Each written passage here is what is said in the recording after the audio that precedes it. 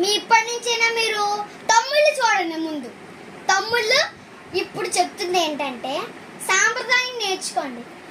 ఇది రాఖీ కట్నోళ్ళకే కాకుండా సరే కట్నోళ్ళకే కాకుండా కట్టించుకునే వాళ్ళకి కూడా ఏదో ఒకటి గిఫ్ట్ ఇవ్వండి. 50 100 ఏదో ఒకటి ఇవ్వండి. ఏంటిది ఇది రాఖీ పండుగ చేసుకోమంటున్నారు. ఏముంది ఎందుకని ఫ్రెండ్స్? మీ ఇప్పటి నుంచైనా మీరు తమ్ముళ్ళు చూడండి. ముందు తమ్ముళ్ళు ఇప్పుడు చెప్తుంది ఏంటంటే సాంప్రదాయం నేర్చుకోండి.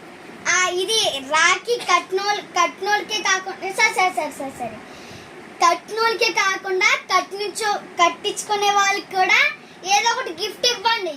50 100 ఏదో ఒకటి ఇవ్వండి. ఏంటిది ఇది రాఖీ పండుగ చేసుకోమంటున్నారు. ఏముంది ఎందుకని?